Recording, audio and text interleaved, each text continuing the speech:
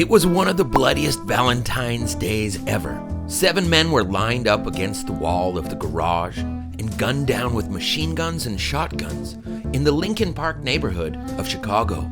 2 of the shooters dressed in police attire. But were they police? No.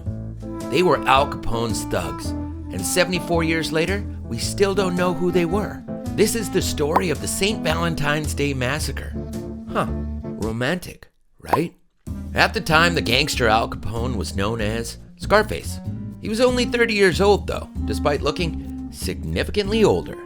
Capone was one of the most powerful men in America, and the leader of the Chicago outfit, an Italian crime family who was competing against Bugsy Moran and the Irish Northsiders.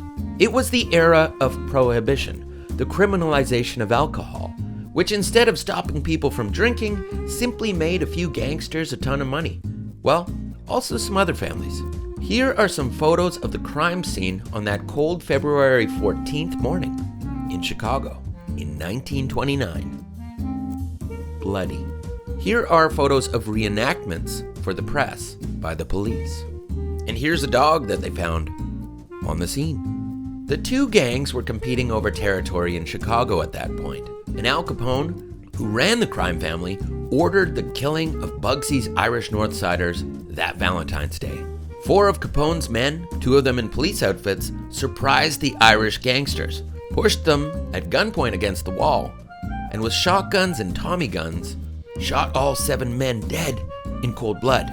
Here is that exact same wall these days, in Las Vegas of all places. And here are some of the guns used in a museum in Michigan. Although the event drew international attention, still to this day, 74 years later, we don't know who the hitmen were. Al Capone, on the other hand, was clearly responsible for it.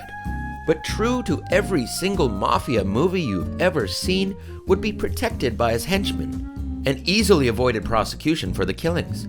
Capone, aka Scarface, would go on to be responsible for countless more killings.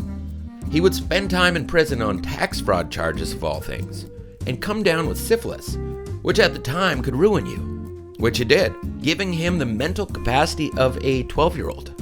The man responsible for the violent Valentine's Day Massacre would die at 48 years old in Miami in 1947, a shell of his former self. But at least the violence would end. Until, of course, the next generation of gangsters